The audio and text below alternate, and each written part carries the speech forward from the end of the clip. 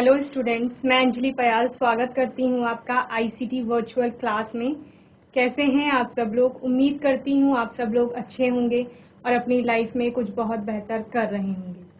आज हम बात कर रहे हैं क्लास 6 के साइंस की, जिसमें हम चैप्टर 5 पढ़ रहे थे, जो कि हमारा है सेपरेशन ऑफ सब्सटेंसेस, यानी पदार्थों का पृथक्करण, जिसमें हमने सबसे पहले सेपरेशन के बारे में पढ़ा था।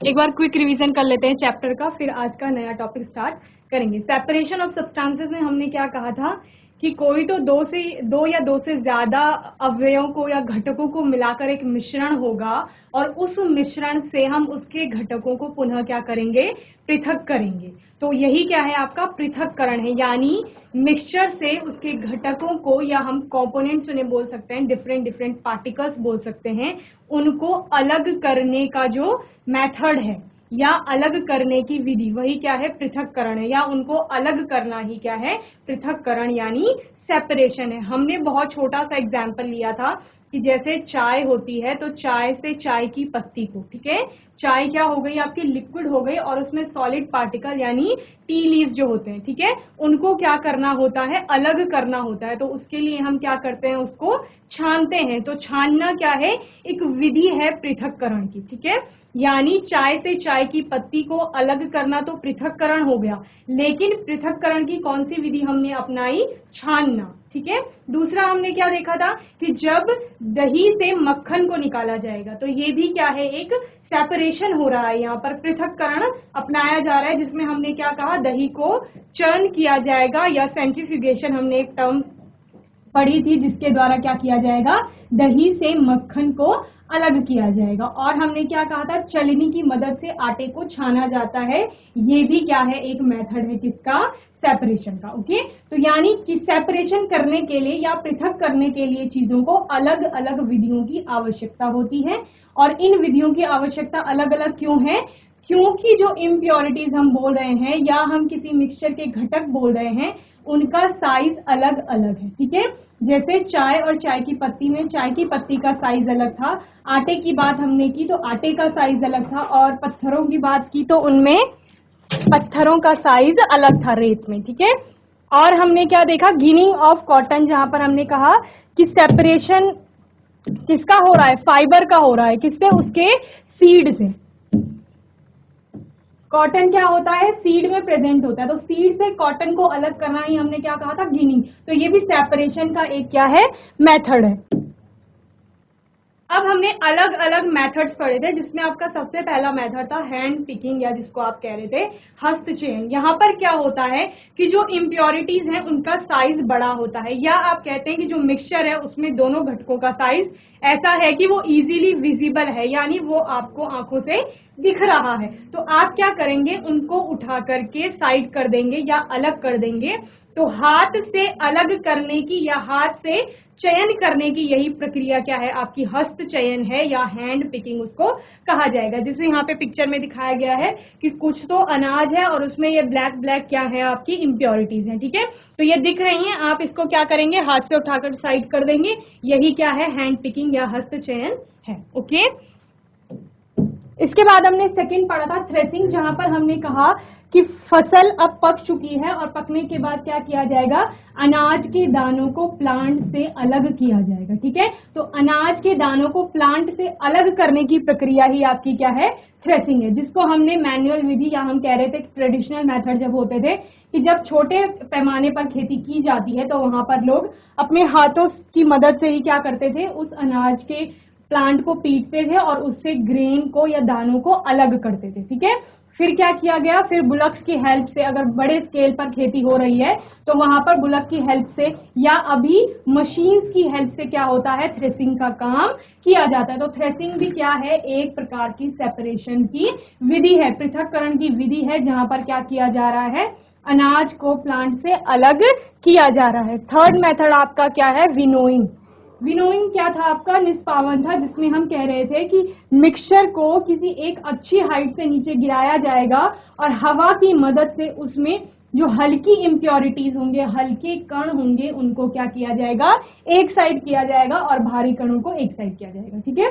तो यही विधि आपकी क्या है, विनोइंग है। इसमें किसकी आवश्यकता होगी, हवा की आवश्यकता होगी, यानी हवा चलेगी और जिस साइड को हवा चलेगी उसी साइड को ये आपके हल्की जो इम्प्योरिटीज होंगी वो हवा के साथ उड़ करके साइड हो जाएंगी, और भारी जो इम्प्योरिटी होगी या भारी जो घटक होगा मिक्सचर का वो एक साइड इस तरह से आ जाएगा। तो ये कौन सी विधि है, विनोइंग। ओके, ये हमने पढ़ लिया था। इसके बाद हमारा लास्ट मेथड आया था सीविंग या चालन, जिसे हमने कहा था, जिसके लिए आपको इस तरह के एक वस्तु की जरूरत पड़ती है जिसको आपने क्या नाम दिया था, चलनी या छलनी जो आप इसे कहते हैं। ठीक है, इसकी मदद से आप क्या करेंगे, सेम साइज के जितने घटक होंगे वो एक साइड कर लेंगे, और जो भारी घटक होंगे या साइज में बड़े होंगे जो इस चलनी से पार नहीं जा पाएंगे उनको आप एक साइड रख लेंगे। ठीक है, तो ये उसके लिए होता है जहां पर कि आपकी इम्प्योरिटीज थोड़ा बड़े साइज की। ठीक है, जैसे आटे में अगर थोड़े कंकड़ हैं या फिर बड़े साइज की कोई इम्प्योरिटी है तो उसको अलग करना है आपको, तो आप ऐसे चलनी की हेल्प लेंगे और चलनी में जो छेद होंगे उनका साइज कैसे होगा, आटे के साइज के बराबर होगा या उससे थोड़ा बड़ा होगा। ठीक है, लेकिन इम्प्योरिटीज से साइज क्या होना चाहिए, छोटा होना चाहिए, ताकि इम्प्योरिटीज आपकी ऊपर ही रह जाएं और जो आपको चाहिए घटक, ठीक है, प्योर, वो आपको नीचे मिल जाए। ठीक है, तो ये सीविंग भी क्या है, एक पृथक्करण की विधि है। ओके, तो आज हम कुछ नई विधियों को पढ़ेंगे। आइए देखते हैं कौन सी है। सेडिमेंटेशन या अवसादन। अवसादन की प्रक्रिया में क्या होता है, आप लोगों ने घरों में देखा होगा कि जब चावल बनाए जाते हैं, दाल बनाई जाती है तो क्या किया जाता है, एक तो आपने इससे पहले क्या किया, सीविंग किया, सीविंग से पहले आपने विनोइंग की थी। ठीक है, विनोइंग में आप लोगों ने क्या किया था कि ग्रेन्स को, अनाज को एक अच्छी हाइट से नीचे डाला था और उससे भूसे के पार्ट को, हस्क के पार्ट को एक साइड कर लिया था। ठीक है, फिर भी हम क्या मान रहे थे कि जो हैवी पार्टिकल्स होंगे या कुछ इम्प्योरिटीज होंगी जो अनाज में अभी भी रह जाएंगी। फिर आप लोगों ने क्या किया, सीविंग किया, सीविंग की मदद से अभी हैवी पार्टिकल्स को अलग कर लिया। फिर भी हम मानते हैं कि अनाज में कुछ ना कुछ पार्टिकल्स या इम्प्योरिटीज रह जाती हैं, इसीलिए जब खाना पकाया जाता है तो उससे पहले क्या किया जाता है, वॉश किया जाता है। और वॉश करने की यही प्रक्रिया आपकी क्या है, अवसादन है, जहां पर चावलों में या दाल में पानी डाला जाएगा। ठीक है, और क्या होगा, चावल और दाल के जो पार्टिकल्स हैं या आपका जो अनाज है वो क्या हो जाएगा, पानी में नीचे सेटल डाउन हो जाता है, क्योंकि वो हैवी पार्टिकल्स है, और जो हल्की आपकी इम्प्योरिटीज होगी वो पानी में ऊपर आ जाती है। ओके, क्या कहा गया कि खाना बनाने से पहले आपने क्या किया, चावल लिया, उसमें आपने पानी डाल दिया। जब आपने चावल में पानी डाला, थोड़ी देर उसको रखने पर क्या हो जाएगा, चावल तो नीचे सेटल डाउन हो जाता है, लेकिन जो इम्प्योरिटीज है वो ऊपर आ जाती है पानी में। यही प्रक्रिया आपकी क्या कहलाती है, अवसादन या सेडिमेंटेशन कहलाती है। Okay, rice or pulses are usually washed before cooking. When you add water to these impurities, like dust and soil particle get separated, these impurities go into water which become a little muddy. Now what will sink to the bottom of the vessel, rice or dust? तो हमने क्या पढ़ा कि जो rice के particles होंगे वो नीचे सेटल डाउन हो जाएंगे। क्यों, क्योंकि वो हैवी हैं। और डस्ट या आपकी जो हस्क के पार्टिकल्स हैं जो हल्के हैं, भूसे या कोई धूल वगैरह अगर उसमें है तो वो ऊपर आ जाते हैं पानी में। ठीक है, तो यही प्रक्रिया आपकी क्या है, सेडिमेंटेशन है। ओके,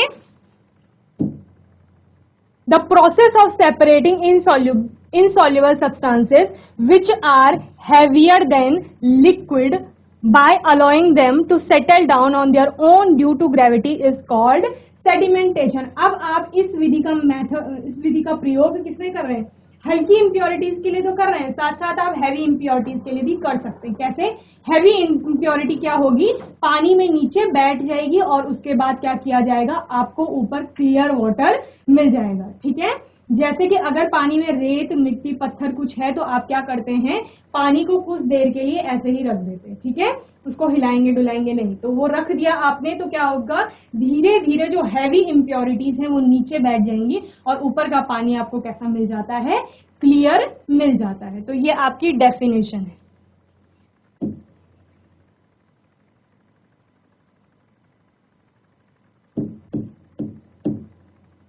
इसे आप नोट कर लेंगे, सेडिमेंटेशन या अवसादन की परिभाषा। ओके, जल्दी से नोट कर लीजिए।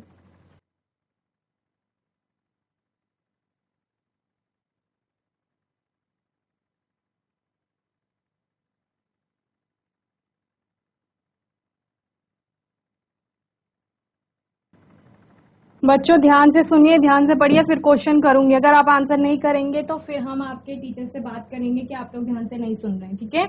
तो हमने क्या कहा, सेडिमेंटेशन में आपका क्या होगा, इस तरह से कुछ तो सस्पेंडेड पार्टिकल रहेंगे वाटर में, ठीक है। हमने क्या बोला कि पानी में जैसे रेत वगैरह के कण है तो वो इस तरह से घूम रहे होंगे, ठीक है आपके। फिर आप क्या करेंगे, टाइम यानी कुछ समय के लिए उनको क्या कर देंगे, ऐसे ही रख देंगे, ठीक है। अगर आपका ये बीकर है, कोई वेसल है, बर्तन है, तो उसको हिलाएंगे नहीं, ऐसे ही रख देंगे। इसमें रेत के भी कुछ पार्टिकल्स हैं, पत्थर के भी हो सकते हैं, पत्तियों के हो सकते हैं, कुछ भी हो सकता है, ठीक है। इम्प्योरिटीज है आपकी, ये मान लीजिए। फिर आपने कुछ समय के लिए उसको छोड़ दिया और आप थोड़े टाइम बाद क्या देखते हैं कि इस तरह से जब धीरे धीरे वो इम्प्योरिटी सारी क्या हो गई, सेटल डाउन हो गई नीचे। ये आपकी क्या है, इम्प्योरिटी है जो अलग कलर में दिख रही है, और ऊपर आपका क्या है, क्लियर वाटर है।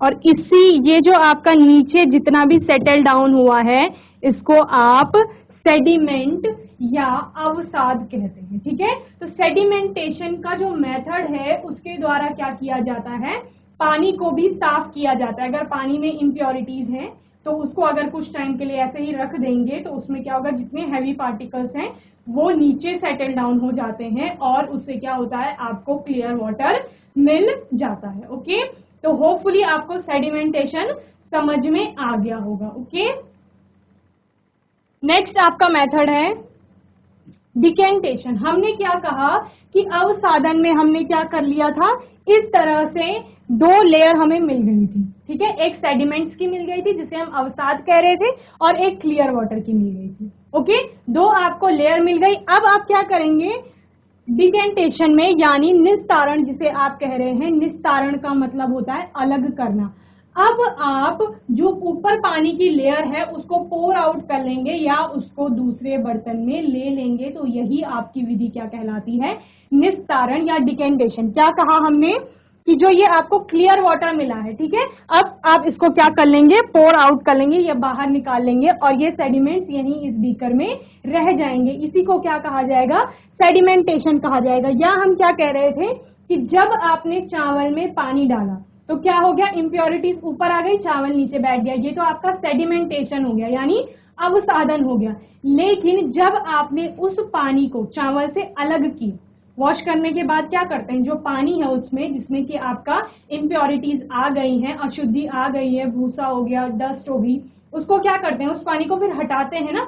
तो पानी को हटाने की जो प्रक्रिया है वही आपकी क्या है, डिकेंटेशन यानी निस्तारण है। ओके, इस तरह से हम यहाँ पर क्या कर रहे हैं, ये हमारे पास पूरा मिक्सचर था जहां पर हमने क्या बोला, सेडिमेंट्स नीचे आ गए और आपका क्लियर वाटर ऊपर आ गया। फिर आपने क्या किया, उस क्लियर वाटर को पोर आउट कर लिया, और पोर आउट करने की या बाहर अलग करने की प्रक्रिया ही आपकी क्या है, निस्तारण या डिकेंटेशन जिसे आप कह रहे हैं। Okay, when the water along with the dust, पानी के साथ जब क्या था, डस्ट था या impurities थी, okay, is removed, the process is called decantation। जब आपने क्या किया, सेडिमेंटेशन, तो क्या हो रहा था, आपका सेटल डाउन हो रही थी आपकी impurities, या आप बोल रहे थे कि क्लियर, अगर कोई और आपका impurities है हल्की वाली तो वो ऊपर आ रही थी, ठीक है। तो उनको अलग सेपरेट करने की जो विधि है वो सेडिमेंटेशन है। लेकिन डिकेंटेशन में आप क्या करेंगे, लेयर्स को अलग करेंगे, ठीक है,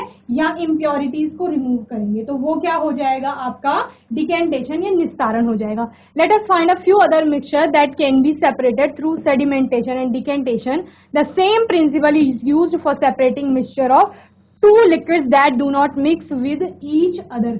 हमने इमिसिबल लिक्विड्स पढ़ा था जब हम ग्रुपिंग कर रहे थे मटीरियल्स की, ठीक है। हमने क्या बोला था, कुछ तो ऐसे द्रव होते हैं जो आपस में मिक्स नहीं होते, जैसे कि हमने क्या कहा कि ऑयल को अगर पानी में मिलाया जाता है तो उसकी अलग अलग लेयर बन रही थी, ऑयल पानी में घुल नहीं रहा था या सॉल्युबल नहीं हो रहा था, डिसॉल्व नहीं हो रहा था, ठीक है।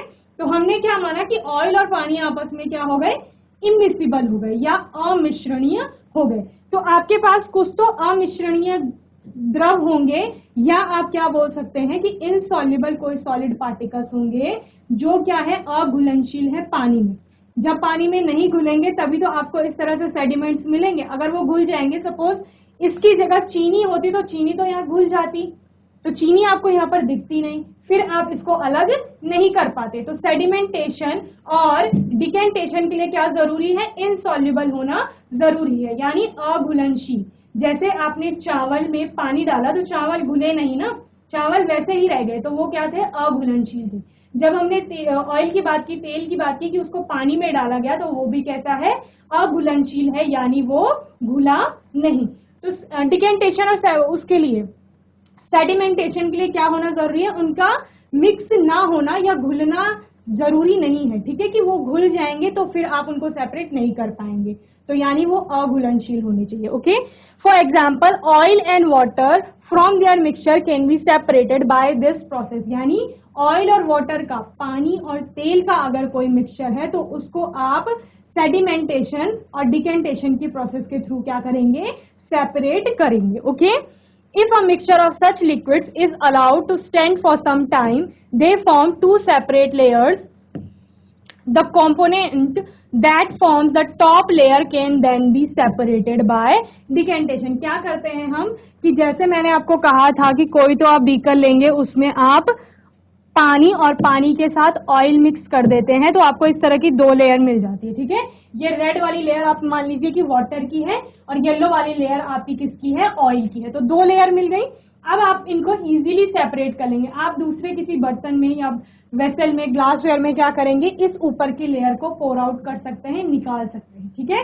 तो यही प्रोसेस आपकी क्या है, डिकेंटेशन है। ओके, तो मैंने आपको सेपरेटिंग फनल का एग्जाम्पल बताया था जब हम क्या कर रहे थे, इममिसिबल लिक्विड्स को या अमिश्रणीय द्रवों को क्या कर रहे थे, पृथक कर रहे थे। तो हमने क्या माना कि आपके पास दो लिक्विड्स हैं, एक आपके पास वाटर है, दूसरा आपने केरोसिन ऑयल मान लिया है, तो दोनों मिक्स नहीं होते बल्कि इस तरह का क्या बना लेते हैं, अलग अलग लेयर्स बना लेते हैं। ये आपकी केरोसिन की लेयर है, ठीक है, और दूसरी आपकी वाटर की लेयर है, अलग अलग लेयर मिल गई। हमने इस पूरे ये जो आपको ग्लासवेयर दिख रहा है ना, इसको सेपरेटिंग फनल बोलते हैं, ठीक है। ये फनल है और सेपरेटिंग का मतलब सेपरेट करना, पृथक करना, ठीक है। तो सेपरेटिंग फनल क्या करती है, आपके दो या दो से ज्यादा जो इममिसिबल लिक्विड्स हैं उनको अलग करने का काम करती है। तो यहाँ पर एक स्टॉप कॉक लगी होती है, आप इसको लूज करेंगे या ढीला करेंगे तो क्या होगा, नीचे द्रव आ जाएगा, धीरे धीरे करके यहाँ से द्रव बाहर निकलना शुरू करेगा। ओके, तो आप क्या करेंगे, एक के बाद एक लेयर अलग कर लेंगे। ओके, तो ये सेपरेशन की एक क्या है, विधि है, जिसमें हमने कहा कि डिकेंटेशन में दो ऐसे मिक्सचर में दो ऐसे घटक होंगे जो आपस में इममिसिबल होंगे या डिसॉल्व नहीं होंगे, घुलेंगे नहीं। तब आप क्या करेंगे, उनको सेटल डाउन करेंगे सेडिमेंटेशन के थ्रू, या आप कुछ टाइम के लिए उनको रख देंगे तो उनकी अलग अलग लेयर्स बन जाएंगी और उन लेयर्स को क्या कर लेंगे, आप सेपरेट कर लेंगे। ओके, जल्दी से नोट करिए, फिर मैं आपको क्वेश्चन पूछूंगी।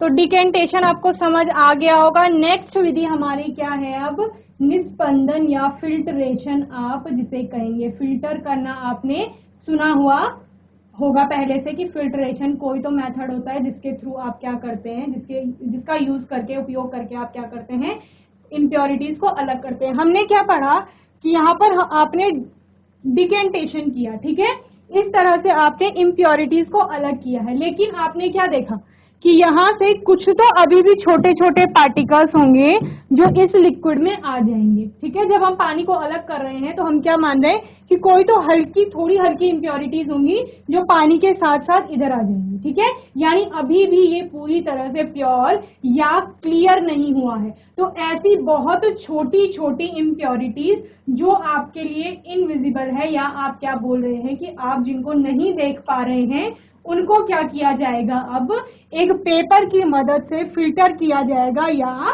छाना जाएगा, ठीक है। तो फिल्टर पेपर एक पेपर होता है जिसपे बहुत छोटे छोटे छिद्र बने होते हैं, छेद बने होते हैं, जो आपको दिखाई नहीं देते। वो नॉर्मल पेपर की तरह होता है, जैसे आपकी नोटबुक का पेज है जैसे, वैसे ही पेपर होगा, लेकिन उसमें बहुत छोटे छोटे क्या होते हैं, होल्स होते हैं या छेद आप जिन्हें बोलते हैं, और इन छेद से सिर्फ लिक्विड या पानी आपका बाहर जा सकता है। ठीक है, इस तरह से छोटे छोटे छेद होंगे और इनके द्वारा सिर्फ पानी आपका क्या जाएगा, बाहर जाएगा, और जितनी भी इम्प्योरिटी होगी या जितना भी उसमें पार्टिकल्स होंगे, सॉलिड के पार्टिकल्स, वो आपके ऊपर ही रह जाते हैं। जैसे यहाँ पर फिल्ट्रेशन का प्रोसेस दिखाया गया है, इसके लिए एक ग्लास रॉड, सॉरी, एक फनल की आपको आवश्यकता होती है। फनल यानी कीप या कोन जिसे आप बोलते हैं। ठीक है, जिसकी मदद से लिक्विड को पोर आउट किया जाता है। किसी भी, जैसे तेल को किसी में डालना है तो इस तरह की एक कीप या कोन आपके पास होती है जिसे फनल कहा जाता है। ठीक है,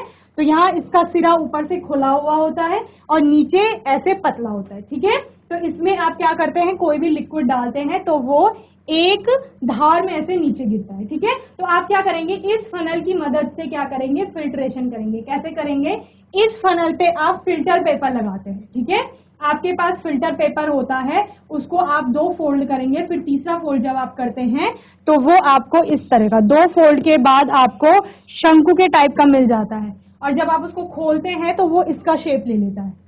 ये आपको शंकु की तरह दिख रहा है ना, इसका शेप ले लेगा। यहाँ आप ये फिल्टर पेपर आपने लगा दिया है, ये वाला, ये फिल्टर पेपर है। ठीक है, इसका सिरा खुला नहीं होता है नीचे से। ठीक है, सिर्फ क्या करेंगे, इसको लगा देंगे। देन आपको जो ये ब्राउन वाला पार्ट दिख रहा है, ये किसका है, ये वही लिक्विड है जो आपने डिकेंटेशन में क्या किया था, यहाँ लिया था। ठीक है, और हम बोल रहे हैं इसमें अभी भी कुछ कुछ इम्प्योरिटीज हैं, उनको हम फिल्टर पेपर की मदद से क्या करेंगे, छानेंगे। एक तो आप आटा किसमें, चालन विधि में आपने क्या किया, आटे को छाना, तो वहां पर आप चलनी ले रहे थे, यहाँ पे आप चलनी नहीं लेंगे, यहाँ पे आप पेपर लेंगे जिस तरह के छेद चलनी में थे, आपकी चलनी या छन्नी, छलनी जिसे आप बोलते हैं, उसमें जिस तरह के छेद हैं, फिल्टर पेपर में भी वैसे ही छेद होते हैं, लेकिन वो बहुत छोटे होते हैं जो कि हमें दिखाई नहीं देते हैं। और हम क्या मानते हैं कि चलनी के छेद में तो आपको दिखता है ना, आर पार दिखाई देता है, लेकिन फिल्टर पेपर में नहीं दिखता। आपने ऐसे फनल लिया, उसमें फिल्टर पेपर सेट कर लिया, देन आपने जो डिकेंटेशन के बाद आपका लिक्विड मिला था, जिसको आप अभी प्योर समझ रहे हैं, वो प्योर नहीं है, उसको यहाँ पर पोर इन करेंगे या इसमें डालेंगे।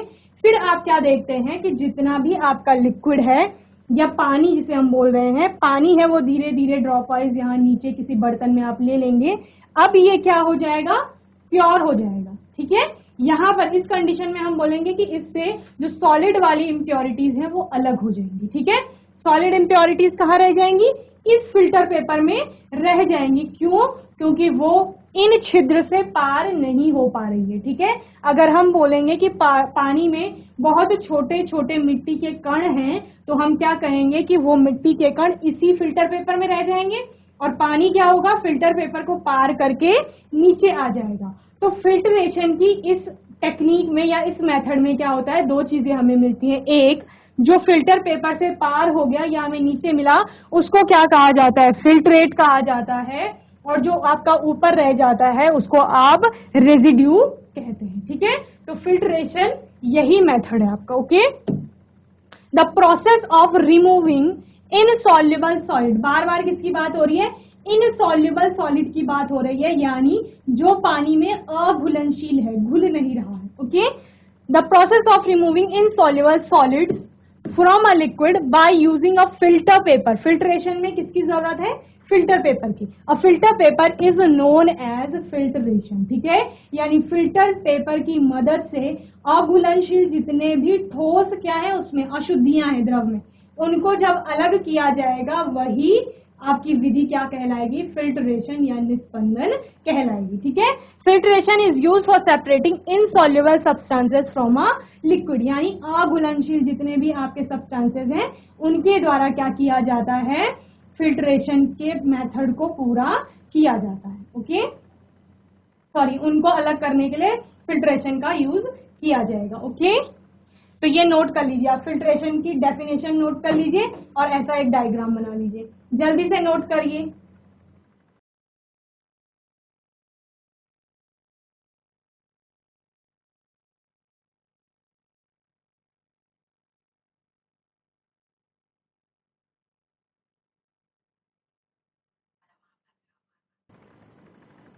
तो बच्चों, आज आपने सेपरेशन की कौन कौन सी विधि करी,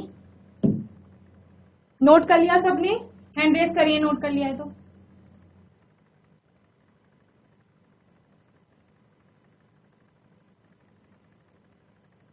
ओके, तो हमने कौन सी नई विधि देखी आज सेपरेशन की और पृथक्करण की? अवसादन, सेडिमेंटेशन, जहां पर हमने क्या बोला, या तो हल्की इंप्योरिटीज होंगी या भारी इंप्योरिटीज होंगी, दोनों को क्या कर सकते हैं, पृथक कर सकते हैं। कैसे कि हम इस तरह से पानी डालेंगे उसमें मिक्सचर में, या फिर ऐसे किसी लिक्विड में अगर क्या है कोई इंप्योरिटीज है तो उसको थोड़े टाइम के लिए छोड़ देंगे तो वो क्या होगा, अगर उसमें भारी इंप्योरिटी है तो वो सेटल डाउन हो जाएगी और हल्की इंप्योरिटीज है तो वो ऊपर आ जाएंगी। तो आप क्या करेंगे, डिकेंटेशन के थ्रू यानी उन दोनों लेयर्स को अलग कर लेंगे। ठीक है, इंप्योरिटीज एक साइड ले लेंगे, या फिर हम बोलेंगे अगर इंप्योरिटी नीचे सेटल डाउन हो गई है तो आप अपना क्लियर जो ऊपर का सॉल्यूशन है, लिक्विड है, उसको एक साइड ले लेंगे। तो ये क्या हो रहा है, पृथक कर रहे हैं आप चीजों को। इसको क्या कहा गया, डिकेंटेशन या निस्तारण कहा गया है। ठीक है, यहाँ पर हमने सेपरेटिंग फनल का उपयोग भी देखा, जहां पर अगर इमिसिबल लिक्विड्स होंगे या अमिश्रणीय द्रव हैं जो आपस में घुल नहीं रहे हैं तो इस तरह की दो लेयर फॉर्म हो जाएंगी आपकी, और आप क्या करेंगे, सेपरेटिंग फनल का यूज करके इसके थ्रू क्या करेंगे, दोनों को सेपरेट कर लेंगे। ओके, नेक्स्ट हमने विधि क्या देखी, फिल्ट्रेशन या निस्पंदन। आपने जिसको कहा कि क्या होता है कि फिल्टर पेपर, एक पेपर होगा जिसकी मदद से आप क्या करेंगे, इस तरह से लिक्विड को, या जिस लिक्विड में आपकी अशुद्धि है, सॉलिड पार्टिकल्स हैं अशुद्धि के रूप में, उसको क्या करेंगे, इसमें डालेंगे, और फिर क्या होगा कि जो आपके सॉलिड पार्टिकल्स है जिसको आप अशुद्धि बोल रहे हैं, इंप्योरिटीज बोल रहे हैं, वो आपका ऊपर रह जाता है और आपका जो क्लियर लिक्विड है, क्लीन, वो आपको नीचे मिल जाएगा। ठीक है, तो इसको आपने क्या नाम दिया, इसको आपने फिल्ट्रेट नाम दिया, और जो ऊपर आपका फिल्टर पेपर में रह गया उसको आपने क्या कहा, रेजिड्यू कहा है। ठीक है, तो आज हमने सेपरेशन की 3 विधियां पढ़ी हैं।